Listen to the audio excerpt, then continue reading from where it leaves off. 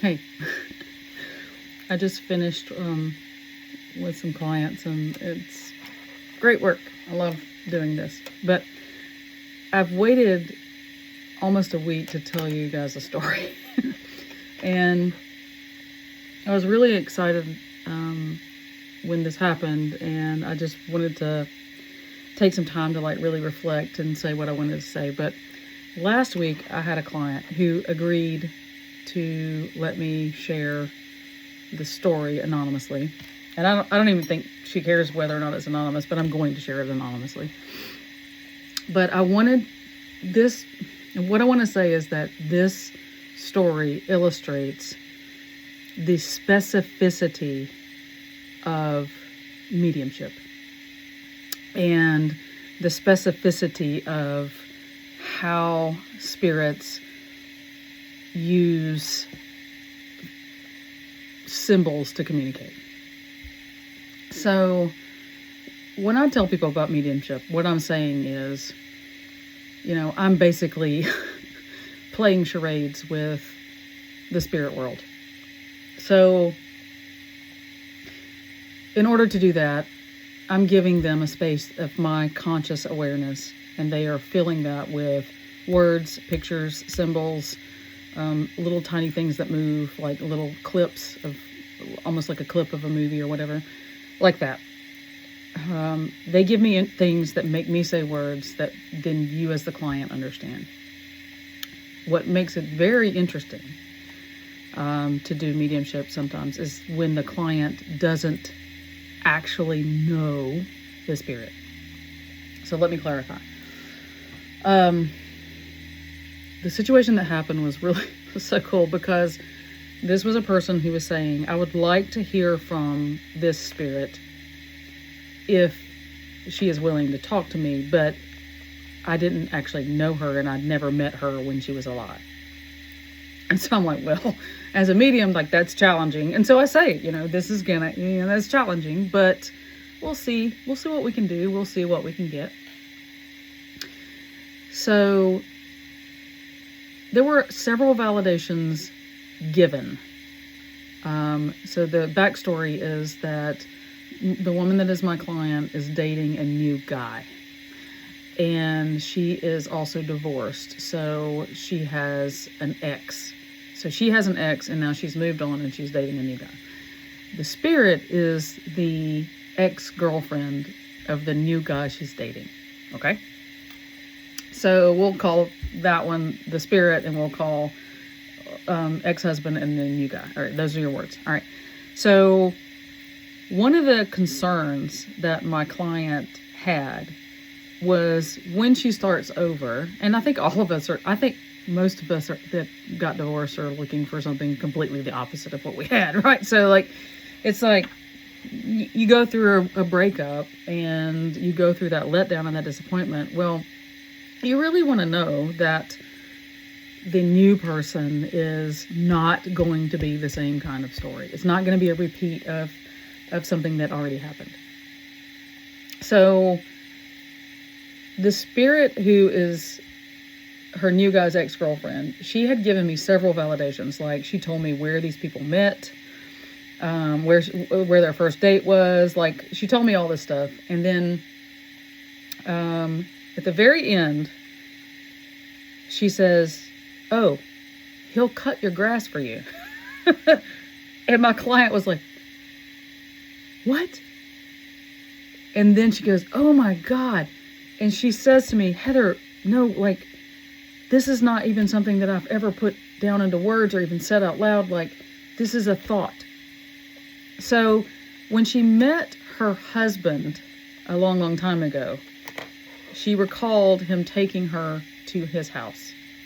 And he lived in the neighborhood, and in the neighborhood, everybody's lawn was perfectly cut. Their grass was cut, the lawn was in shape. But this guy that she married, his grass wasn't. It was she said it's really tall, it was unkempt. And I remember thinking, I don't like that. I really want somebody that is concerned about, keeping their grass cut.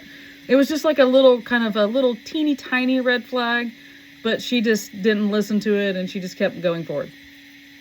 So then the marriage kind of burned out. He showed his true colors, blah, blah, blah, and she got divorced. So that when she started with the new guy, there was a worry in her head. And the worry was, I just need somebody who's not like my ex. So she said that when she went to her new boyfriend's house for the very first time, she was not even thinking about grass. And she saw the neighborhood. It's a nice neighborhood. She says, do you guys have an HOA? And he goes, yeah. And you know why I love the HOA? Because she actually kind of has opinions about HOAs. And she's like, I don't really like HOAs, but I just wanted to know, like, if he had an HOA and, like, what that was, you know, what they made him do. It's just a question. It's just an innocent question. But new boyfriend, he goes, yeah. And I love it because for the guys that don't keep their grass cut, the HOA makes them do it. They fine them. And so she was totally dumbfounded that he said that, because to her, in her mind, it was like the things I've been saying, the things I've been praying for to my spirits and my spirit guides, you know, please just don't let me get tangled up with anybody that's like the old, was answered. So the spirit that she'd never met before, who was telling her this whole time, I approve of the relationship. I'm so happy for you guys. You guys are going to be great. Here's where you met. This is what he likes to eat for dinner. Like, this spirit was telling her all kinds of things. But this very last thing, right before we clicked the button off, like literally, it's like when they blurt things out at the end of a reading, and they do that all the time. She says, he'll cut your grass for you. And for the client sitting in front of me, that was the ultimate validation from the ex-girlfriend of her new boyfriend saying, you're right, he's not going to be like your ex. And that worry that you have that's like sticking in your brain, it won't let go. Go ahead, let go. I'm telling you, he won't be like that. And it was just so cool. It's like, yes, like it's so hard for a medium to get validations for a client sitting in front of them from a spirit that they didn't know each other. Like, it's really difficult to do that.